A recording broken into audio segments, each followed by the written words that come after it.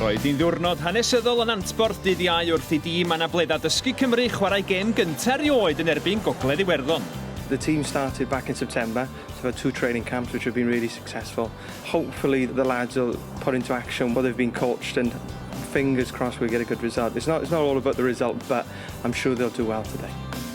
Y bwriad ganddo ni a'r cyfrifoldeb sydd ganddo ni wedi sicrhau fod pob unigolyn yng Nghymru sydd isio chwarae pêl-droed yn cael y cyfle i wneud hynny.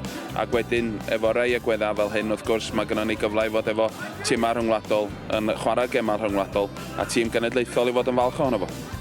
You'll see the lads today, they all wear the Welsh national kit, which is really good, to be fair, so they'll wear it with pride, sing the national anthem and everything, so it's something really good for the players. Mae'n bwysig bod ni yn cynnwys pawb yn teulu pêl-droed ni, felly mae bob tîm rhyngwladol yn bwysig i ni. Mae hon yn gêm gyntaf iddyn nhw.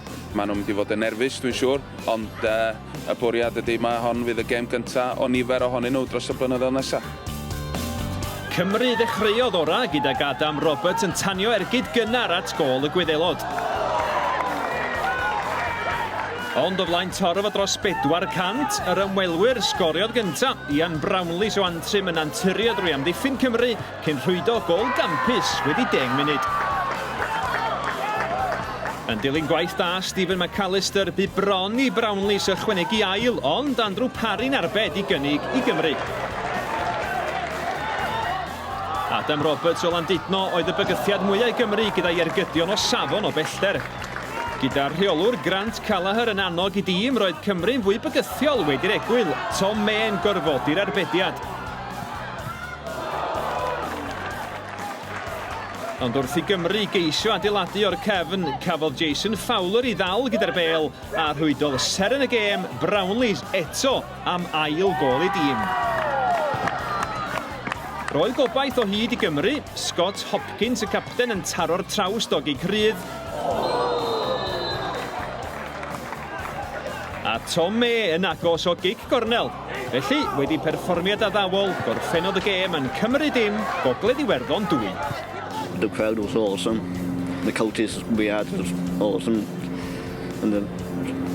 How does it feel to play together, 2 brothers together? Is it better that you're together? Yeah, we've always been playing together since we were 6. I'm confused everybody on pitch.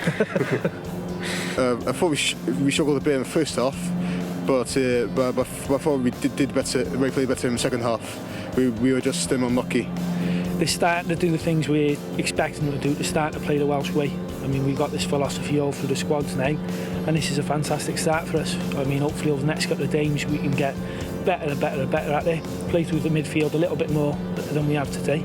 But overall, no, I think we've been fantastic, really happy.